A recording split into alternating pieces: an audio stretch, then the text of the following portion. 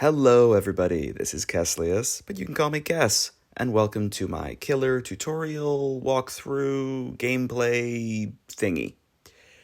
This isn't going to be a very complicated video, I'm just going to talk about playing killer while playing some footage of me playing killer. Here's my build, pause it if you like, but I'm not going to spend that much time on it.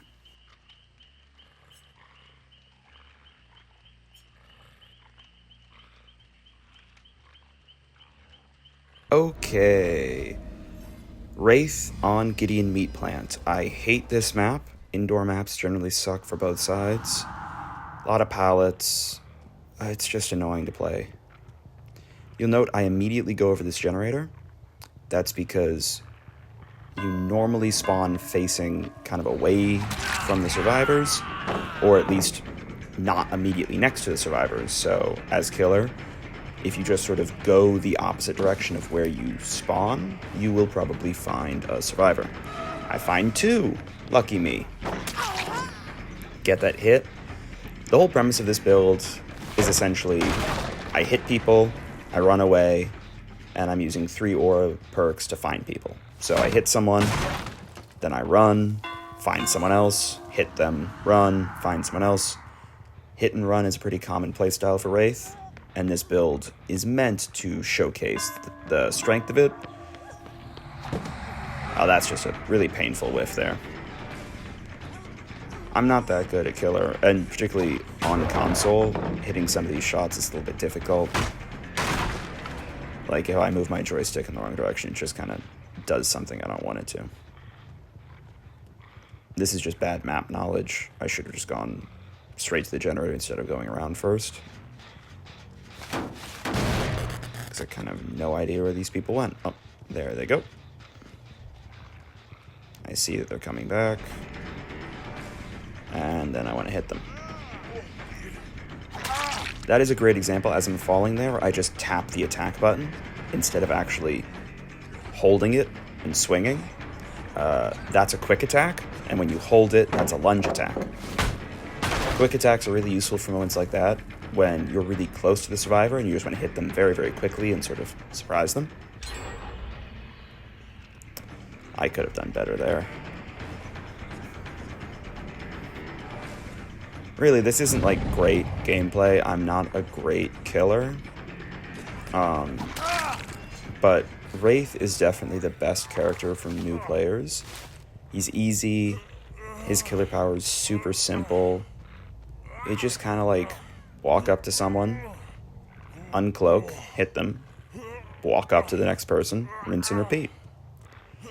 You'll notice as well, in this time, I've hooked that guy, 1 generator has popped, and I believe 2 people have healed themselves, if I'm keeping track. Generally, keeping track of how many people were injured, how quickly they heal, it tells you where they are if players are grouping up. So these Megs are grouped up, meaning that Jake just went and got that save.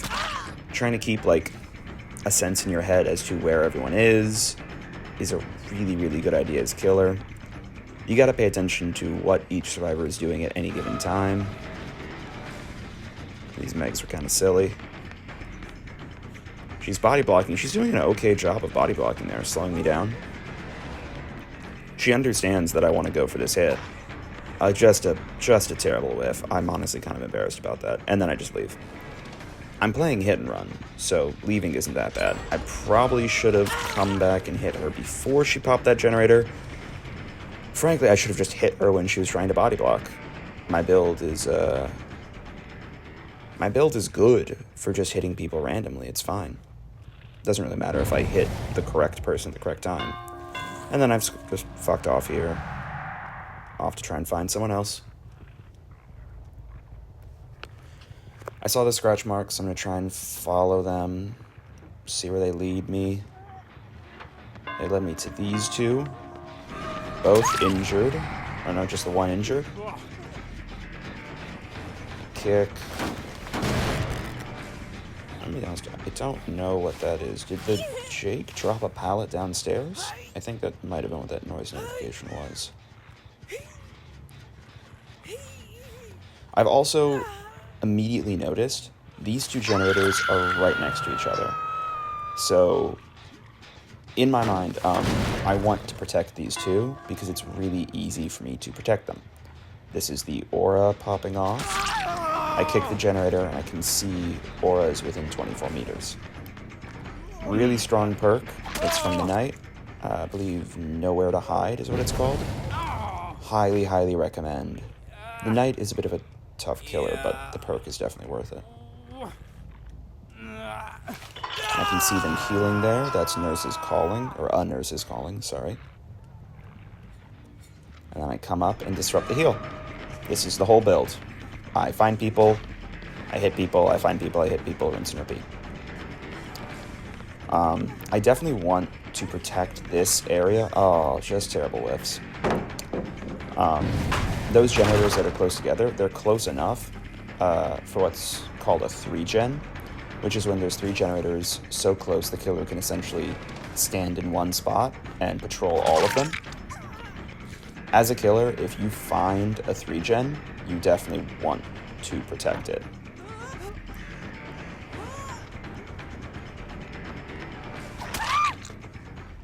Not a bad down here. I also noticed this lady has a flashlight here. She hasn't used it on me yet, I don't think.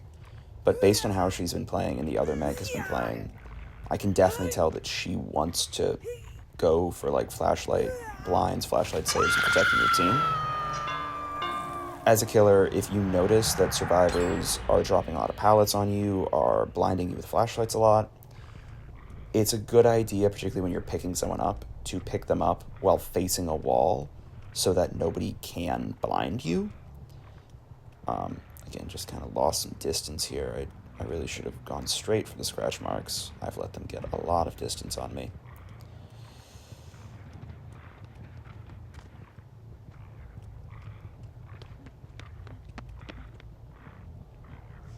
And in here, you want to block the pallet so she can't go for a pallet stun, and she gets the pallet stun anyways because I'm pretty bad. Yeah, it hurts to watch a little bit. See the aura here. This is the whole point of the build, though. It's making up for the fact that I'm not very strong by showing me where people are and what they're doing. I see the scratch marks here. Coming out of the basement, going into that room. I'm double checking the basement. Sometimes people hide in here. No one's in the basement. That Meg hasn't been healed. The person who unhooked her has to be the Jake because the Bill was somewhere else. So I'm expecting the Jake to be in one of these lockers, and there he is. Again, trying to like keep track of where people are. There weren't a lot of places he could have been. I debate that hook, but I go for this one instead. Hooking in basement as killer is a great idea if you can do it. Even if you can't actually protect basement, it's normally smart because it takes a little bit longer to actually get out of basement here. I'm just checking again, making sure no one else is around.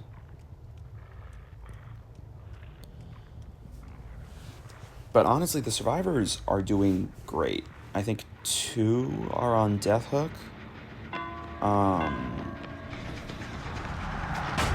Oh, that's, again, just a brutal stun. She goes to the blind here, but she actually messes it up. I get the aura on the Bill, so I know he's lingering. So she's down. Now I want to go for the Bill. I don't need to down him here, but I need to hit him. Ugh, so bad whiffs. Okay, there we go. Hit him. Am I going to go for him, or am I going to go for her? Neither. I go for the generator. Don't hate that play. There he goes. There's the Jake.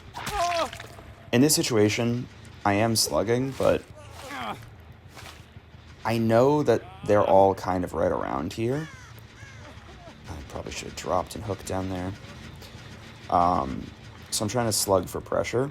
I know that all of them are here. None of them are working on generators, so the little bit of pressure I can get is great. That Jake was on death hook, so now he is dead. That hurts as well. But no, like this is how I play killer normally. I'm not like I'm sweating a little bit, but I'm not really sweating that hard. If I see an opportunity to down someone or go for like a little bit of slug for pressure there, I'll do it. I'm assuming she's going to vault the window here. She does. Don't really make that much distance. This Meg is pretty good. She's messing up those flashlight saves. You have to hold it a little bit longer to actually blind me. Could have just lingered and I would have gotten her. You can also tell my pathing is terrible. As a killer, I should really be hugging these walls a lot tighter. I shouldn't be moving around unnecessarily. She's getting a lot of distance on me and I'm just letting her. And now there's only one generator remaining. This is honestly a great position for them to be in as survivors. Oof. Hate to see it, and I give up. Yeah, I think I'm a little bit embarrassed about that, so I'm just going to move on. They completed that one, so I'm assuming they're over here.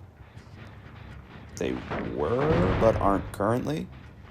So, you know where they're at. Got the aura. I think I revealed that I knew where she was there. If I had played a little bit more, I don't know, ignorant of her position, I might have actually gotten her quicker. But I get the hit, and at this point, I see that it's just one generator remaining, and I'm trying to work on protect this 3-gen, which isn't, it's really not a 3-gen, not a good one anyways. But when there's only 3 generators remaining, they only have to complete one. You just kind of gotta put pressure on them. It's the only way to do it. If I just let this guy work on the generator in the corner, I think all 3 of them get out here, even if I down one more, like, oof, dead hard. That's a perk you gotta look out for as well. If a survivor has it and they see you going for an obvious swing, they activate it and go into the mend state instead of actually taking the hit. The Meg here. Beautiful. Alright. The beautiful thing about this situation is, now the Bill is in the mend state. He just mended, meaning I know he's healing. He's not working on his generator. He just healed himself. That lady's been hooked. I kick this generator. And then I should frankly go back. Oh, I saw the aura on that person there in the recording here, but in the moment I actually didn't. So I go back to this generator, assuming that he came back. I assume correctly. He's not there. As a killer, when you kick a generator, it regresses, I think, by 20%, something like that. So if you keep kicking the same generator with enough frequency, it's kind of impossible for the survivors to complete it. Like, if you're standing there kicking the generator, they're not going to get it done. And she's going to, yeah. Survivors really like to get the stun there and then drop down and make a lot of distance. Yeah, I'm not even trying. Every person is injured, though. So I know they're all injured. I know they're all working on generators or trying to find something to work on or a teammate to heal up or something. Like, I kind of just got to look around and try and find people here. Certain teams will play this where everyone's working on generators. Certain teams will play this where no one is. This is a generator team. You can tell. So, the Bill is here. He's 100% here because he's worked on this generator. Yeah. He was in this locker the first time. I probably could have guessed it, but it wasn't that progressed. You can hear there the frequency of like the generator noise means it's been progressed more. So that generator is now my top priority. They really haven't put much pressure on the rest. And so if I let them get the other generators, I mean, like, I think they've got, what? Yeah, like maybe 30 seconds of progress on that generator. Oh, found the Meg here. This is great for me. Ah. Yeah, that's just pure input delay there. Oh, I heard her. Yeah, that's a headphone moment. If I wasn't wearing headphones, I would not have heard her. And the other Meg is gone, so I should just pick. Yeah. Now, this Meg is on death hook, so I kill her here. But moments like that, you gotta wear headphones if you're gonna play killer. Yep, she's dead. Bill's really close to being dead. I hear her again. saw the blood, and there she is. Yeah. And at this point, I'm just going to wait for the Bill to die and get my Mori on her. You can see I messed up so many times. I got stunned so many times. This team was trying to be really altruistic and, like, help each other out. And it did not work. I think she was trying to, like, mess with my Mori there by having a character in the corner. I'm fine with that. I don't really care. And that's the game.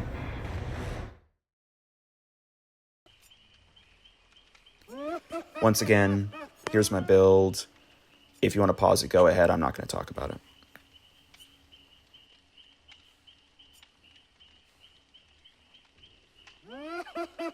Okay, Doctor Game on Badham Preschool. I generally hate this map. I don't hate it as much as Gideon Meat Plant, but it's a little bit rough. The generator down there in the basement is like a guaranteed spawn, and it's just kind of annoying to have to go in and out of this building. On Doctor, Wraith is really simple. He's just like cloak, uncloak, hit and run. You can play him other ways, but that's how I play him. Doctor has two abilities. That first one, the static shock, I believe, it projects like a static shock in your terror radius, I think, if I understand how the abilities work. I don't play Doctor too much, but it makes anyone in your terror radius scream. And then the second one, shock therapy, you shoot in like a direction, so you shoot it a little bit in front of you, and it also makes people scream. The whole premise for Doctor is when a survivor screams, they temporarily can't drop a pallet or can't like vault a window. Now here, I heard someone make a locker noise, so I'm just checking for lockers. Yep, and it's this one. Again, another moment where just playing with headphones really helps. That person honestly might think I'm cheating for that. Survivors can get tilted pretty easily. But no, like, another reason to just never get in lockers. Alright, so one person there. Was that two people back? Yeah, just two people screamed. So the fourth player is outside of my terror radius. Got one loosely back here. One generator has been completed, and I really haven't seen anybody. This is a terrible start, but I see scratch marks in the wall and movement in the distance, and now I've got some to chase. I think he doesn't think I see him. It's a very strange Jake. Jake players are often very strange, though. You can also get a sense when you're playing Killer what perks or the playstyles of different survivors are. So this Jake, immediately I can tell, is stealthy. So he's going to keep running.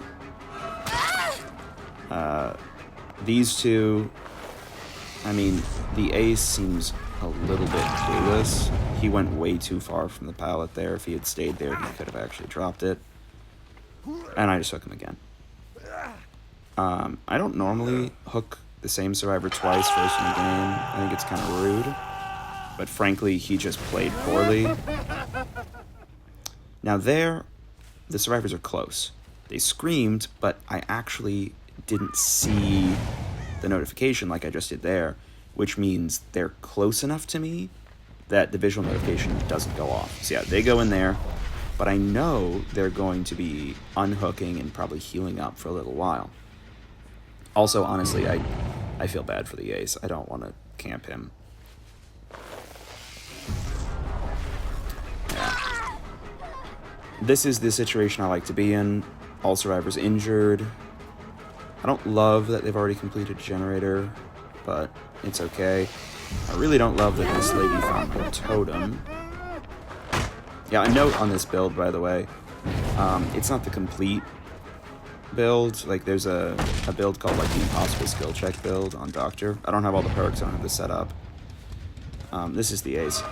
So, the ace had an opportunity to get healed, an opportunity to do anything else, and he ran right into me. I don't know what his problem is, but I'm choosing to let him go there because I'm pitying him. If I kill him at this point in the game, it's just game over. And I see him on the right there. And so I take the time. I eat the... What is that? The blast mine that put in the generator? But I see blast mine. I know that was the Sable. So the Sable is going to try and bait me to kick generators. Going after the Jake again. Did he think he could just crouch in the corner and I wouldn't notice him? I have no idea. Ran straight into me. This dude is strange. But yeah, the Jake is going to try and hide. The Sable is going to try and get me to kick generators, but specific generators. So she's going to progress them enough to make me want to kick them and then put a trap on them. And then it seems like the Nia is mostly trying to go for unhooks, and the Ace is kind of clueless. Yeah. I had seen the other person running earlier. I assumed there was someone around here, saw the scratch marks, and so I went for that. Now, it's a little far to the hook. I wanted to sort of scare the Sable just to delay her. In that situation, as a survivor, you just run straight in for the unhook. As soon as the killer picks someone up, it's so hard for them to actually hit you and guarantee that they hook the person. So now I'm back here, and I can sort of punish. Who's here? I can hear them running around. It's the Ace. I could hear his, breathing, but I couldn't see scratch marks, so I assumed someone was in that locker. And at this point, the Ace had every opportunity to go heal themselves up, go work on a generator, do literally anything, and they never did. So yeah, they die. I don't feel bad about that at all. As a killer, if a survivor's playing really terribly, you gotta punish their mistakes. It's the only way you actually get a win. If I just let him keep making mistakes like that, and so there I saw one of my little illusionary doctor thingies. Those spawn where a survivor is facing the survivor, so they give you a little bit of information. Honestly, that whiff is just embarrassing. I should have waited half a second, and I would have gotten the hit. But yeah, so I know she's still here. The whole thing on Doctor is the perks I'm running and the whole concept of the character is free information. He gets a lot of free information throughout the match, and he has an ability to stop a survivor from vaulting an object or dropping a pallet or doing something to stop him. So I got the little brief aura read there, so I know that the Jake is up there, and I know that this Jake is a little clueless. So I'm going to go up the stairs, wait, he vaults, and then I just hit him. He's out. Never, ever do that. As a survivor, vaulting something and then dropping and falling, you get slowed when you land. So I knew that he couldn't quick vault that because he was too close to it, so he was going to medium vault it or slow vault it. I knew that he would have a movement penalty when he landed. At no point was that a survivable fall for him. He should have stayed in the building and tried to keep me there as long as possible so that these people can heal up. But instead, he creates a situation where I can just go for this Sable. And so the whole thing here, I'm not using my power correctly on her, but it worked anyways. She could have kept running, and I think she actually would have made it to something. I think there's a pallet somewhere on the other side of this fence. But she stayed at the pallet, and she died.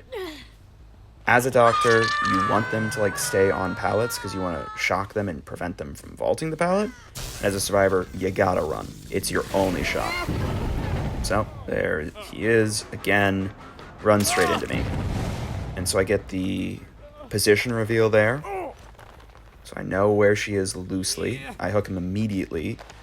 This Jake was honestly more clueless than the Ace, but he was stealthing. I just didn't find him first. I know the Nia's going to be running up here because I saw that she was over this way.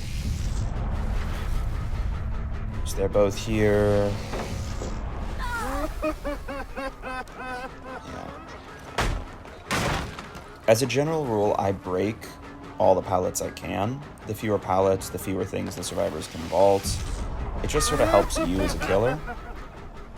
There are certain pallets and certain breakable walls you never want to break. I honestly think I made that mistake earlier when I broke the breakable wall. I think that was one I should have left.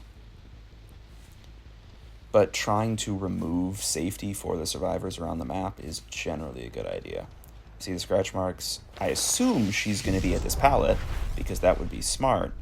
But she's at this picnic bench. I don't know why. She makes it to the pallet, though. But I shock her. Bad whiff, bad whiff. As a killer as well, you always want to break pallets and push survivors towards the edge of the map, because there's a lot less safety on the edge of the map. So keeping her loosely over here is a generally good idea, and she's just dead. Oh, wait, I thought I'd already hit her. Okay, whoops. She was healthy. That was just the first time I hit her.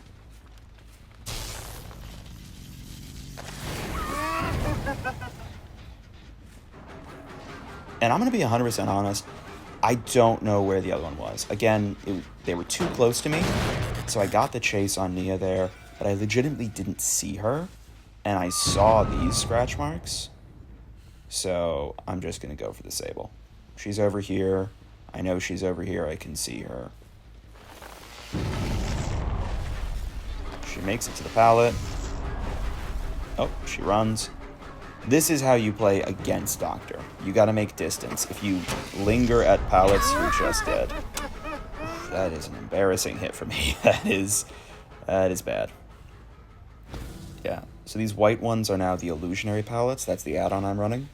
So you can see how many pallets around the map I've kicked. It's a lot of them. No one in my terror radius. That's good information. I'm assuming at this point that people are working on generators. 2 generators remaining. I'm kind of dropping the ball pressure-wise. I let both the Nia and the Sable go there. So, frankly, they could have a generator rather far along, but nothing there. I don't think they were in basements. That just leaves the generator to the right. And, yep, someone's working on it. It's the Sable. I feel bad for the Sable, but I've kind of like let her get away twice now. Sort of the same thing I was doing with the Ace. And she's dead. That's how you use the Doctor's power. That's a much better example. I shocked her twice. She couldn't vault. I hit her. Easy peasy. Now, you don't kick that pallet because you know the Nia's right over here. You just need to know what side she's on. She's on that side. And she's running the other way. I do get like a little lost as killer. I expect survivors to do one thing, and if they're doing something else, I just get a little lost. See her now. The Sable is full dead. The Nia is on the ground. And I'm going to get the Mori here. Pretty easy game. Generally speaking, I would say Wraith and Doctor are the 2 easiest killers, because Wraith is one of the easiest mechanically, and Doctor just gives you so much free information and free anti-loop.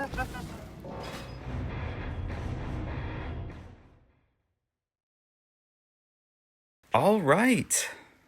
Thanks for watching. If there's any other information you're curious about, the perks I'm using, other killers I'd recommend, or you want to see more games like this, please let me know in the comments. I wanted to upload this video just to give a sort of basic sense of how to apply pressure as killer, how to punish survivors for making mistakes, and how to, like, consistently get wins. I think Wraith and Doctor are the easiest to do this with, and I wanted this video to come out for any new players who aren't interested in playing the survivor role and are interested in tips on how to play the killer role. The next few videos I'm going to upload are, I think, more survivor games. I have way more footage as survivor than I do as killer, but I'll try and sprinkle in some killer gameplay from time to time to give a little bit of variety and show how I do play killer when I choose to. If you enjoyed this video, consider subscribing. It's free and it helps me out a lot. And with that, I'll see you in the next video.